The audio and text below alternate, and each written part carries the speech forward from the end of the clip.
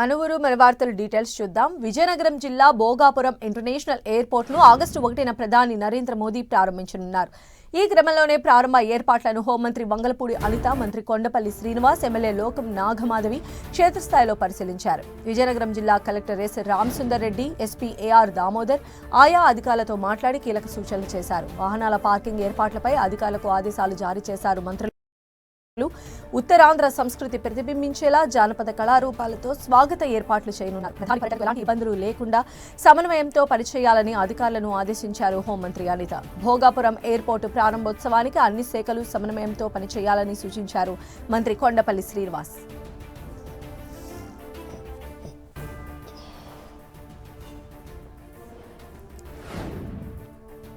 విజయనగరంలో shining stars అవార్డుల ప్రదాన కార్యక్రమం అట్టహాసంగా జరిగింది. జిల్లా కేంద్రంలోని ఎస్ కన్వెన్షన్ హాల్లో నిర్వహించిన అవార్డుల ప్రదానోత్సవానికి హోంమంత్రి వంగలపూడి అనిత ముఖ్య అతిథిగా హాజరయ్యారు. 10వ తరగతిలో ఉత్తమ మార్కులు సాధించిన 184 మంది విద్యార్థులతో పాటు 39 మంది ఇంటర్ స్టూడెంట్స్ కు షైనింగ్ అవార్డులను ప్రదానం చేశారు. విద్యార్థులకు మెడల్, మెరిట్ సర్టిఫికేట్తో పాటు 20,000 నగదు బహుమతి అందజేశారు. విద్యార్థులను ప్రోత్సహించాలనే ఉద్దేశంతో కూటమి ప్రభుత్వం గత 2 ఏళ్ల నుంచి షైనింగ్ స్టార్ పేరుతో అవార్డులు ప్రదానం చేస్తుందన్నారు హోంమంత్రి అనిత. విద్యాశాఖ అభివృద్ధి కోసం మంత్రి నారా లోకేష్ ఎంతో కృషి చేస్తున్నారని కొనియాడారు. ఈరోజు ఈయనలా చేసి చూడాలి, లోకేష్ గారిలా చేయాలి విద్యాశాఖ అంటే అన్నట్టుగా ఈరోజు ప్రతి కార్యక్రమాన్ని తీర్చిదిద్దడమే కాదు, ఈరోజు చదివేసుకున్నాము, మార్కులు వచ్చేసే వేరే కాలేజీలో చదివేసుకున్నాము అన్నది కాకుండా ఈరోజు ఇలా గవర్నమెంట్ స్కూల్స్లోని, ప్రైవేట్ స్కూల్స్లోని హైయెస్ట్ మార్క్స్ వచ్చిన వాళ్ళందరినీ కూడా ఒక వేదిక మీద కూర్చోబెట్టి ఈరోజు ఆ వేదిక సాక్షిగా మీ అందరినీ కూడా బ్లెస్ చేసే ఒక మంచి అవకాశం కలిగింది. Last year Vizianagaram 10th class rank దగ్గర 9వ ర్యాంక్ ఎంతో ఉంది, 7th ర్యాంక్. ఆ ర్యాంక్ అని ఈరోజు విజయనగరానికి 3rd ర్యాంక్ తీసుకొచ్చిన పరిస్థితి కూడా ప్రత్యేకంగా నేను కలెక్టర్ గారు మాట వింటూ అది భారంగా కాకుండా బాధ్యతగా తీసుకున్న ప్రతి ఒక్క ఉపాధ్యాయులకి కూడా నేను వాళ్ళందరికీ కూడా ధన్యవాదాలు తెలియజేసుకుంటున్నాను. గుంటూరు జిల్లా మంగళగిరిలోని అక్షయ పాత్రను సందర్శించారు మంత్రి నాదెండ్ల మనోహర్. కిచెన్లో ఆహార తయారీ, నాణ్యతా ప్రమాణాలు పరిశీలించారు. అక్షయ పాత్ర పైన అధికారులను పలు విషయాలు అడిగి తెలుసుకున్నారు. విద్యార్థులకు అందించే భోజనం నాణ్యతపై ఆరా తీసిన మంత్రి నాదెండ్ల మనోహర్ పరిశుభ్రత, ఆహార భద్రతా ప్రమాణాలు పాటించాలని అధికారులకు సూచించారు. అక్షయ పాత్ర ఫౌండేషన్ ద్వారా రాష్ట్ర వ్యాప్తంగానే కాకుండా దేశవ్యాప్తంగా ఒక అద్భుతమైన ఆలోచనతోటి ప్రభుత్వ పాఠశాలలో చదువుకున్న మన బిడ్డలకి పౌష్టికాహారం అందించే విధంగా ప్రభుత్వం నుంచి అందిస్తున్న సహాయంతో వారు కూడా స్వచ్ఛంద సంస్థగా ఏర్పడి ఒక సమాజానికి ఉపయోగపడే రీతిలో సేవా కార్యక్రమం అనేది మనందరం కూడా ముందుగా హర్షించాలి, గర్వపడాలి. సో ముందుగా వాళ్ళని అభినందిస్తున్నాను వాళ్ళు చేస్తున్న కార్యక్రమాన్ని. ఎందుకంటే చాలా పంక్చువల్గా, డిసిప్లిన్గా ఏ రోజుకి ఆ రోజు వారు మన రాష్ట్రంలో ఉన్న 43,000 ప్రభుత్వ పాఠశాలలో అక్షయపాత్ర ఫౌండేషన్ ద్వారా మనకి 10 సెంటర్లు ఏర్పాటు చేసుకుని వీరు అనేక పాఠశాలకి అందిస్తూ ఉన్నారు. సుమారు 10,000 పాఠశాలకి. ఈ పర్టికులర్ సెంటర్ మంగళగిరిలో ఉన్న ఈ అక్షయపాత్ర కిచెన్ ఏదైతే ఉందో, సెంట్రల్ కిచెన్, ఇక్కడ 306 పాఠశాలకి ప్రతిరోజు మధ్యాహ్న భోజనం పథకం డొక్కా సీతమ్మ గారి స్ఫూర్తితోటి మనం తీసుకెళ్తా ఉన్నాం. హంద్రీనీవా జలాశయాన్ని ఎమ్మెల్యేలు పరిటాల సునీత, ఎంఎస్ రాజుతో పాటు ధర్మవరం టీడీపీ ఇన్ఛార్జ్ పరిటాల శ్రీరామ్ సందర్శించారు. ఈ సందర్భంగా వైసీపీ సంచలన వ్యాఖ్యలు చేశారు. రాయలసీమ ద్రోహి వైఎస్ జగన్ విమర్శించారు ఎమ్మెల్యే సునీత.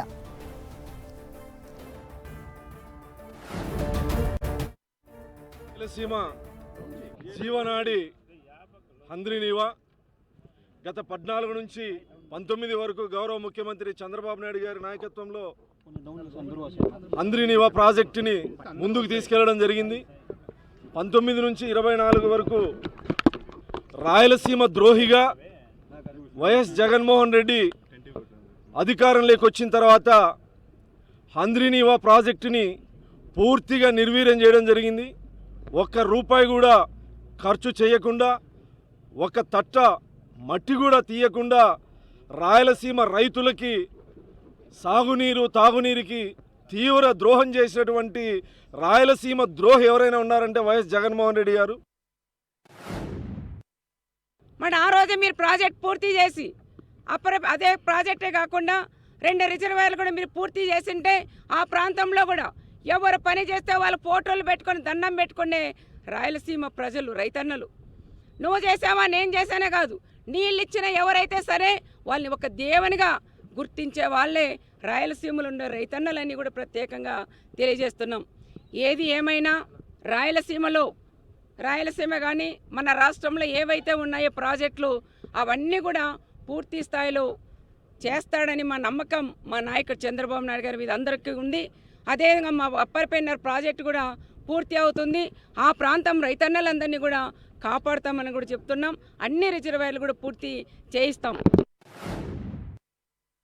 అనేకమైన ప్రాజెక్టులకు శ్రీకారం చుట్టి ఈరోజు పూర్తి స్థాయిలో దాన్ని ఫినిష్ చేయాలి అని చెప్పి 2014 నుంచి 19 వరకు చంద్రబాబు నాయుడు గారి కానీ లేదంటే తెలుగుదేశం పార్టీ వాళ్ళు కానీ పూర్తి స్థాయిలో దాని గురించి కృషి చేస్తే, మరి వైఎస్ఆర్ పార్టీ వచ్చిన తర్వాత ఈరోజు ఎక్కడైతే మామూలుగా ఎట్లుంటుంది, ఎవరైనా సరే మంచి పని అనేది చేస్తేనో ప్రజలకు ఉపయోగపడే పని అనేది చేస్తే నెక్స్ట్ వచ్చే నాయకుడు కావచ్చు, ఆ నియోజకవర్గాల్లో ఎమ్మెల్యేలు కావచ్చు, లేకపోతే సీఎంలు కావచ్చు, దీన్ని పూర్తి స్థాయిలో ఫినిష్ చేద్దాం, కనీసం మనకైనా పేరు నిలబడుతుందని చెప్పి ఆలోచన చేసే పరిస్థితుల్లో నుంచి దౌర్భాగ్యం ఈ రాష్ట్రానికి ఏ రకంగా వచ్చిందంటే ఆ ప్రాజెక్టులను ఆపేయండి, అవసరమైతే ఆ ప్రాజెక్టులను ఆపి కొత్త ప్రాజెక్టులను, డబ్బులు వచ్చే ప్రాజెక్టులను మాత్రం చూసుకోండి అని చెప్పే నాయకుడు అపోజిషన్లో ఉన్నాడంటే నిజంగా మేమంతా కూడా ఈ రాష్ట్ర ప్రజలందరూ కూడా, ముఖ్యంగా రాయలసీమ ప్రజలందరూ కూడా సిగ్గుపడే పరిస్థితి ఈరోజు తీసుకొని వచ్చారనే విషయాన్ని ఒకసారి గుర్తు చేసుకోవాలి.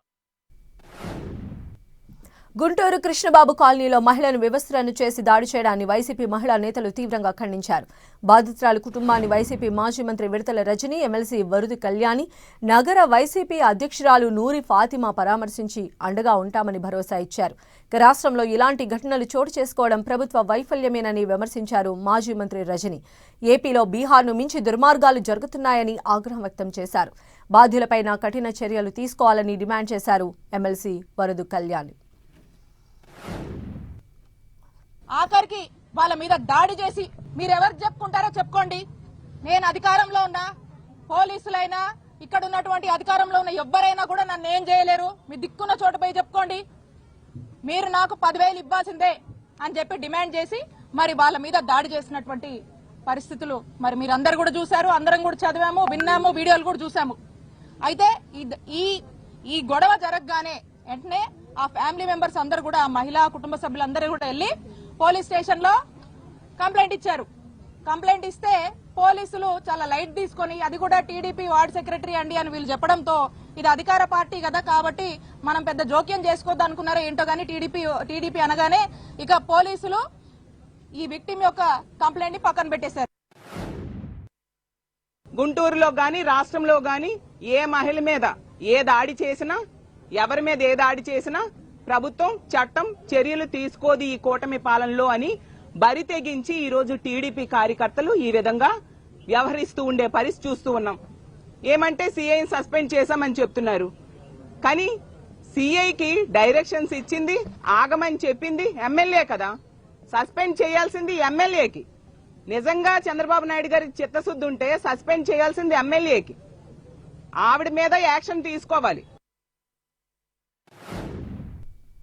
పెద్దపల్లి జిల్లా ధర్మారం మండలం నందిమేడారం రిజర్వాయర్ను బీఆర్ఎస్ కార్యకర్తలతో కలిసి మాజీ మంత్రి కొప్పుల ఈశ్వర్ పరిశీలించారు.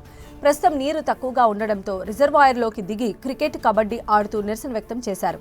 ప్రభుత్వ అసమర్థత పాలన వల్లే రిజర్వాయర్ ఎండిపోయే పరిస్థితికి వచ్చిందంటూ ప్రభుత్వానికి వ్యతిరేకంగా నినాదాలు చేస్తూ తమ నిరసనను తెలిపారు. వరుణ యాగాలు, హోమాల వల్ల రైతుల పంటలకు నీళ్లు రావని ఎద్దేవా చేశారు మాజీ మంత్రి కొప్పుల ఈశ్వర్. వెంటనే కన్నేపల్లి పంప్ హౌస్ ద్వారా నీటిని ఎత్తిపోయాలని డిమాండ్ చేశారు. కాళేశ్వరం ద్వారా నీటి తరలింపు చేస్తే కేసీఆర్కు ఎక్కడ మంచి పేరు వస్తుందన్న దుర్మార్గపు ఆలోచనతోనే సీఎం రేవంత్ రెడ్డి కన్నేపల్లి పంప్ హౌస్ను ఆన్ చేయడం లేదని విమర్శించారు మాజీ మంత్రి కొప్పుల ఈశ్వర్. కానీ తాళం చేతులు మీ చేతుల్లో ఉన్నాయి కదా. కన్నెపల్లి పంప్ హౌజులు ఆన్ చేయండి, నీళ్ళు వస్తాయని చెప్తుంటే దేవుని దగ్గరకు పోయి దండపెట్టుడేంది? దండపెట్టుడు తప్పని నేను అంటలేను. అంటే ఇది ప్రజలను మభ్యపెట్టే ప్రయత్నం చేస్తున్నారు. ఈ హోమాలు చేయడం ద్వారా మీకు పుణ్యం వస్తుంది కావచ్చు కానీ నీళ్లు రావు కదా. మరి మా నాయకులందరూ మొర్రో అని మొత్తుకుంటే కూడా మీరు పంపులాన్ చేయకుండా వరుణ యాగం చేయడంలో అర్థమేందో మరి మంత్రి గారు చెప్పాలి. ఇక ఒకరికి యాగాలు చేస్తారు కావచ్చు, కప్పతల్లి ఆడతారు కావచ్చు. అయ్యా మేము అడిగేది ఒకటే, మీకు మేడిగడ్డ దగ్గర 98-99 మీటర్ల ఎత్తుల నీళ్లు పోతున్నాయి. ఎక్కడ ఏ అభ్యంతరం లేకున్నా కావాలని కన్నెపల్లి పంప్ హౌజులు ఆన్ చేయడం లేదు. వరద కాలువకు నీళ్లివ్వాలని జగిత్యాల జిల్లా మాల్యాల ఎక్స్ రోడ్ దగ్గర రైతులు ధర్నా నిర్వహించారు. రైతుల ధర్నాతో కరీంనగర్ జగిత్యాల రహదారిపై రాకపోకలు నిలిచిపోయాయి. రైతులకు మద్దతుగా ధర్నాలో పాల్గొనేందుకు బీఆర్ఎస్ రాష్ట్ర కార్యదర్శి టి జీవన్ రెడ్డి జగిత్యాల నుంచి వస్తూ ఉండగా వీఆర్కే ఇంజనీరింగ్ కాలేజ్ దగ్గర పోలీసులు అడ్డుకుని అదుపులోకి తీసుకున్నారు. కొద్దిసేపు ఉద్రిక్తత చోటు చేసుకోగా పోలీసుల తీరుపై జీవన్ రెడ్డి మండిపడ్డారు. వరద కాలువకు నీళ్లు ఇవ్వకుండా ప్రభుత్వం నిర్లక్ష్యం చేస్తోందని, పంటలు ఎండిపోతున్నాయని ఫైర్ అయ్యారు. దీంతో అక్కడ పరిస్థితులు ఉద్రిక్తంగా మారాయి.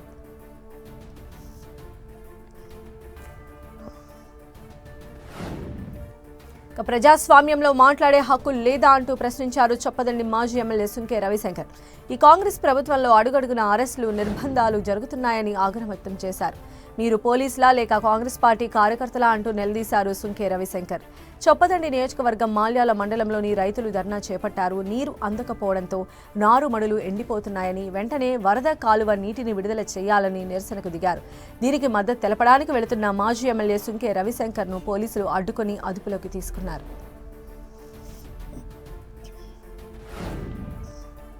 తల్లిదండ్రులు అనారోగ్యం బారిన పడి చనిపోవడాన్ని కళ్లారా చూసిన ఆ బాలిక ఓ దృఢ నిశ్చయాన్ని తీసుకుంది. తన తల్లిదండ్రులకు జరిగినట్టు ఎవ్వరికీ జరగకూడదని తాను వైద్యురాలు కావాలనుకుంది. 2 ఏళ్ల వయసులో ఆ చిన్నారి తీసుకున్న నిర్ణయం నేడు కార్యరూపం దాల్చింది. ఇటీవల విడుదలైన నీట్ ఫలితాల్లో 406 మార్కులు సాధించి ఉత్తమ ర్యాంకు కైవసం చేసుకుంది నిర్మల్ జిల్లాకు చెందిన తోకలం మత్తవ్వ. తన చిన్నప్పుడే తల్లిదండ్రులు చనిపోవడంతో బాబాయ్, మామయ్యల సహకారంతో చదువుకుంది. 10 ఇంటర్లో మంచి మార్కులు సాధించి ఉపాధ్యాయుల సూచనలతో నీట్కు సమర్థవంతంగా ప్రిపేర్ అయింది. పరీక్షలో మంచిగా ప్రతిభ చాటి ఉత్తమ ర్యాంకు సాధించారు ముత్తవ్వ. గైనకాలజిస్టుగా పేదలకు సేవలు అందించడమే తన లక్ష్యమని చెబుతున్నారు.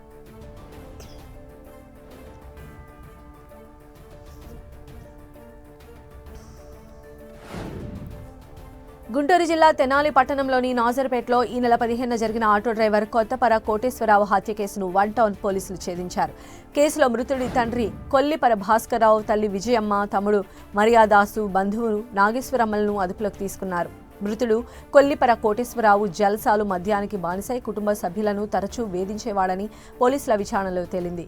కొల్లిపరలో తన తండ్రి భాస్కర్ రావుకు ఉన్న 2 సెంట్ల స్థలాన్ని విక్రయించి వచ్చిన డబ్బులు ఇవ్వాలని పదే ఒత్తిడి చేస్తూ కుటుంబ సభ్యులను మానసికంగా వేధించేవాడని గుర్తించారు. ఈ వేధింపులను తట్టుకోలేక తండ్రి, తల్లి, తమ్ముడు, బంధువు కలిసి హత్యకు పాల్పడినట్లు డీఎస్పీ జనార్దన్ రావు తెలిపారు. ఈ ముద్దాయిలు కొల్లి భాస్కర్ రావు, కొల్లి విజయమ్మలకి 2 సంతానం. చనిపోయిన కోటేశ్వరరావు, మర్యాదాస్ అనేవాడు సంతానం. పెద్దాడు కోటేశ్వరరావు, చనిపోయిన కోటేశ్వరరావు ఈ తాగుడికి జలసాలకి బానిస అయ్యాడు. వీళ్ళు కొల్లిపారలో 2.5 సెంట్ల భూమి ఉంది. ఈ భూమిని అమ్మి మాకు డబ్బులు ఇస్తారా, లేకపోతే తాకట్టు పెట్టి నాకు జలసాలు డబ్బులు ఇస్తారా అని కుటుంబాన్ని మొత్తం తాగి వేధిస్తున్నాడనే క్రమంలో ఆ రోజు రాత్రి గొడవ జరిగింది. ఆ గొడవ జరిగిన క్రమంలో వీళ్ళు విసిగి వేసారు ఉండడంతో రోకలి బండతోనూ చపాతీ కర్రతో చపాతీ తయారు చేసి స్టిక్తో హెడ్ మీద కొట్టారు. అతను చనిపోయాడు.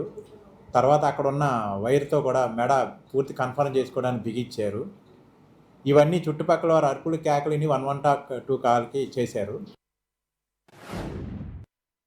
కరీంనగర్ జిల్లాలో తీవ్ర విషాదం నెలకొంది. అల్లుడు మృతి చెందాడని తెలుసుకున్న ఓ అత్త గుండెపోటుతో మృతి చెందడం స్థానికంగా విషాదం నింపింది. కరీంనగర్ జిల్లా ఇల్లంతకుంట మండలం సిరిసేడు గ్రామానికి చెందిన బూర్ల రంజిత్ జమ్మికుంట మున్సిపల్ పరిధిలోని కొత్తపల్లిలో అనారోగ్యంతో రోడ్డుపైన మృతి చెందాడు. భర్త మృతి విషయం తెలుసుకున్న భార్య తన తల్లితో కలిసి ఘటనా స్థలానికి చేరుకుంది. అల్లుడు మృతదేహాన్ని చూసిన అత్త పద్మ తీవ్ర ఆవేదనకు గురై అక్కడికక్కడే కుప్పకూలింది. వెంటనే ఆమెను ఆసుపత్రికి తరలిస్తూ ఉండగా మార్గ మధ్యలో మృతి చెందినట్లు వైద్యులు నిర్ధారించారు. ఒకే కుటుంబంలో వరుసగా 2 మరణాలు చోటు చేసుకోవడంతో కుటుంబ సభ్యులు, బంధువులు తీవ్ర విషాదంలో మునిగిపోయారు.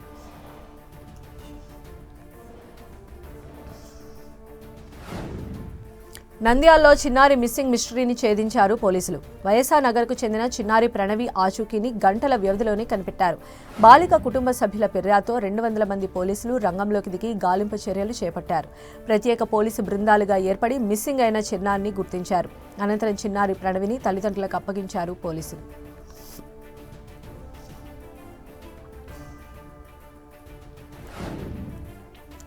అనంతపురం జిల్లాకి చెందిన కుల్లాయి స్వామి అనే వ్యక్తి ప్రేమ పేరుతో తనను మోసం చేశాడని జిల్లా ఎస్పీకి ఫిర్యాదు చేసిందో యువతి. ప్రేమ పెళ్లి పేరుతో నమ్మించి శారీరకంగా మానసికంగా వేధించి మోసం చేశాడని బాధితురాలు ఆరోపించింది. కోవిడ్ సమయంలో కుల్లాయి స్వామితో పరిచయం ఏర్పడిందని, అది ప్రేమగా మారిందని బాధితురాలు చెప్పింది. తనను ప్రేమిస్తున్నానని, పెళ్లి చేసుకుంటానని నమ్మించి పలుమార్లు శారీరకంగా వాడుకున్నాడని ఆరోపించింది. పెళ్లి ప్రస్తావన రాగానే తమ మధ్య ఎలాంటి సంబంధం లేదని అంటున్నాడని కన్నీరు పెట్టుకుంది. అతడిపై కఠిన చర్యలు తీసుకోవాలని డిమాండ్ చేస్తోంది బాధితురాలు.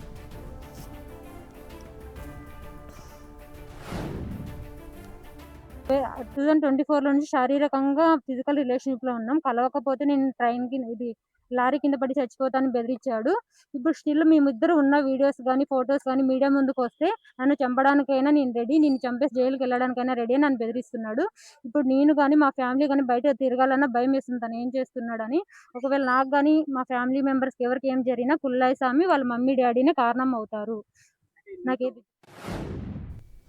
జగిత్యాల జిల్లాలో దొంగలు రెచ్చిపోయారు. ఏకంగా దేవుడి సన్నిధిలోనే చోరీ చేశారు. మెట్పల్లి పట్టణంలోని ప్రసిద్ధ కాశీబాగ్ హనుమాన్ ఆలయంలో అర్ధరాత్రి దుండగులు చొరబడి భారీ దొంగతనానికి పాల్పడ్డారు. గర్భగుడిలోకి ప్రవేశించి స్వామివారి వెండి కనుబొమ్మలు, వెండి నామాలతో పాటు విలువైన ఇత్తడి పూజా సామాగ్రిని అపహరించారు. అక్కడే ఉన్న హుండీని సైతం ఎత్తుకెళ్లేందుకు దొంగలు ప్రయత్నించారు. అంతేకాదు తమ ఆనవాళ్లు దొరకకుండా ఉండేందుకు సీసీటీవీ కెమెరాల డీవీఆర్ను ధ్వంసం చేశారు దుండగులు. ఈ ఘటన స్థానికంగా తీవ్ర కలకలం రేపుతోంది. ఈ ఘటనపై సమాచారం అందుకున్న పోలీసులు స్పాట్కు చేరుకున్నారు. ఆలయ కమిటీ ఫిర్యాదు మేరకు కేసు నమోదు చేసి దర్యాప్తు చేపట్టారు. రాష్ట్ర ప్రభుత్వం తీసుకొచ్చిన జీవో నెంబర్ 396ను రద్దు చేయాలని డిమాండ్ చేస్తూ గుంటూరు జిల్లా తెనాలి కొత్తపేటలోని సబ్ రిజిస్ట్రార్ కార్యాలయం దగ్గర దస్తావేజు లేఖలు పెన్ డౌన్ కార్యక్రమం చేపట్టారు. కార్యాలయం ఎదుట బైఠాయించి నిరసన వ్యక్తం చేశారు. జీవో నెంబర్ 396 అమలుతో దస్తావేజు లేఖల ఉపాధికి తీవ్ర నష్టం కలుగుతుందని ఆందోళన వ్యక్తం చేశారు. అలాగే ప్రభుత్వం ఏర్పాటు చేసిన రిజిస్ట్రేషన్ సేవా కేంద్రాలను రద్దు చేసి ప్రస్తుతం అమల్లో ఉన్న విధానాన్ని కొనసాగించాలని డిమాండ్ చేశారు. ఈ నెల 31వ తేదీ వరకు పెన్ డౌన్ కొనసాగుతుందని ప్రజలు సహకరించాలని కోరారు. నూతనంగా 396 జీవోని అంటే ప్రైవేటీకరణ నిమిత్తంగా జీవోని పాస్ చేసి ఉన్నారు. ఆ జీవో వల్ల దస్తావేజు లేఖర్లు, వారి టైపిస్టులు కానివ్వండి, ఆపరేటర్లు కానివ్వండి, స్టాంపు వెండర్లు కానివ్వండి, వాళ్ళ జీవనోపాధి కోల్పోయే ప్రమాదం ఎంతైనా ఉంది. దీన్ని ఆలోచించకుండా 396 జీవోని విడుదల చేశారు. దాని ద్వారాగా కలిగేటటువంటి నష్టాన్ని మా అందరి పొట్టగొట్టే పరిస్థితిగా ఉంది. కాబట్టి ప్రభుత్వం వారు వెంటనే దీన్ని విరమించుకొని ఈ జీవోని రద్దు చేసుకోవాల్సిందిగా మేము విన్నవించుకుంటున్నాం. నెల్లూరు జిల్లా వింజమూరు మండలంలోని ఓఎస్సీ హాస్టల్లో వార్డెన్ వ్యవహార శైలిపై విద్యార్థులు తీవ్ర ఆగ్రహం వ్యక్తం చేశారు. విద్యార్థులతో అసభ్యకరమైన భాషలో మాట్లాడుతున్నారని ఆరోపిస్తూ ఆంధ్ర విద్యార్థి సంఘం అధ్యక్షులు మహంతి రెడ్డికి ఫిర్యాదు చేసినట్లు తెలిపారు. విద్యార్థులను అవమానించే విధంగా వార్డెన్ ప్రవర్తిస్తున్నారని ఆరోపిస్తూ హాస్టల్ ఎదుట విద్యార్థులతో నిరసన చేపట్టారు. హాస్టల్లో నెలకొన్న సమస్యలను పట్టించుకోవడం లేదని, ఆహార నాణ్యత, పరిశుభ్రత విషయంలో నిర్లక్ష్యంగా వ్యవహరించడంపై తీవ్ర ఆగ్రహం వ్యక్తం చేశారు. వార్డెన్ను సస్పెండ్ చేయాలని డిమాండ్ చేశారు విద్యార్థులు. నెల్లూరు జిల్లా కోటలో బహుజన ఐక్య వేదిక ఆధ్వర్యంలో దళిత క్రిస్టియన్ల ఆత్మీయ సమావేశం నిర్వహించారు. రాష్ట్ర వ్యాప్తంగా దళిత క్రిస్టియన్లు ఎదుర్కొంటున్న పలు సమస్యలపై చర్చించారు. రాష్ట్రంలో దళిత క్రిస్టియన్లు టార్గెట్గా దాడులు జరుగుతున్నాయని ఆరోపించారు. హైదరాబాద్ నగరంలో చెరువులు పరిరక్షణ పునరుద్ధరణపై రాష్ట్ర ప్రభుత్వం ప్రత్యేక దృష్టి సారించింది. ఇప్పటికే పలు చెరువుల అభివృద్ధి పనులు వేగంగా కొనసాగుతూ ఉండగా ఇటీవల మరో 4 చెరువుల అభివృద్ధికి 250 కోట్ల వరకు నిధులు కేటాయించింది తెలంగాణ సర్కార్. దీంతో నాచారం పెద్ద చెరువు అభివృద్ధి పనులకు హైడ్రా శ్రీకారం చుట్టింది. దీంతో ఉప్పలు నియోజకవర్గ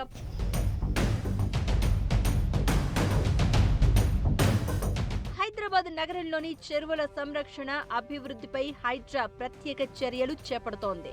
దీంతో ఉప్పలు నియోజకవర్గ పరిధిలో 108.30 ఎకరాల విస్తీర్ణంలో ఉన్న నాచారం పెద్ద చెరువు పునరుద్ధరణ పనులను ప్రారంభించారు హైడ్రా కమిషనర్ ఏవి రంగనాథ్. దాదాపు 28 కోట్ల వ్యయంతో చేపడుతున్న ఈ ప్రాజెక్టులో చెరువు కట్ట బలోపేతం చేయడం, వాకింగ్ పాత్, విశ్రాంతి కోసం సిట్టింగ్ ఏరియాలు, పార్కుల అభివృద్ధితో పాటు పిల్లలకు ప్లే జోన్లు, ఓపెన్ జిమ్లు, యోగా ప్లాట్ఫామ్ ఏర్పాటు చేస్తున్నారు.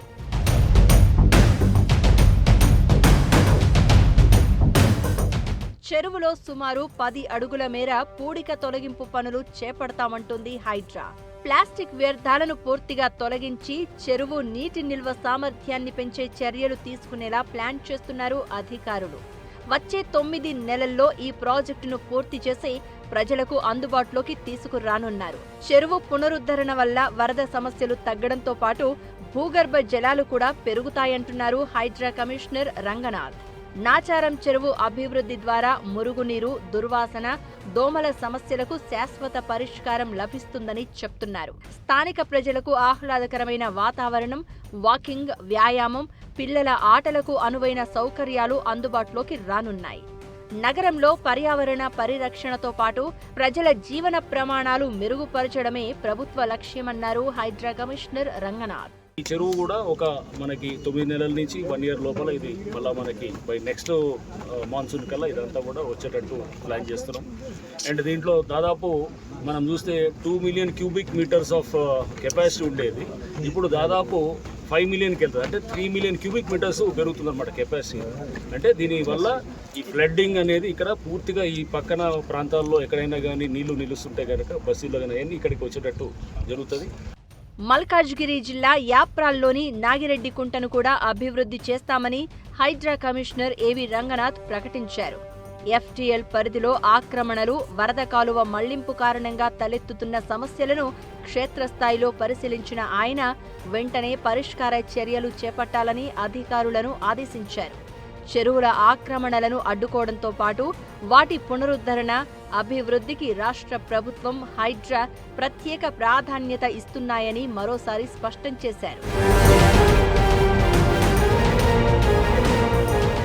మొత్తానికి చెరువుల పునరుద్ధరణతో పర్యావరణ పరిరక్షణ, ప్రజల జీవన ప్రమాణాలు మెరుగుపరచవచ్చంటున్న రాష్ట్ర ప్రభుత్వం, హైడ్రా చర్యలు ఎంత మేర ప్రభావం చూపుతాయో వేచి చూడాలి. ఇక బులెటిన్ విశేషాలు చూస్తూనే ఉండండి 10 టీవీ.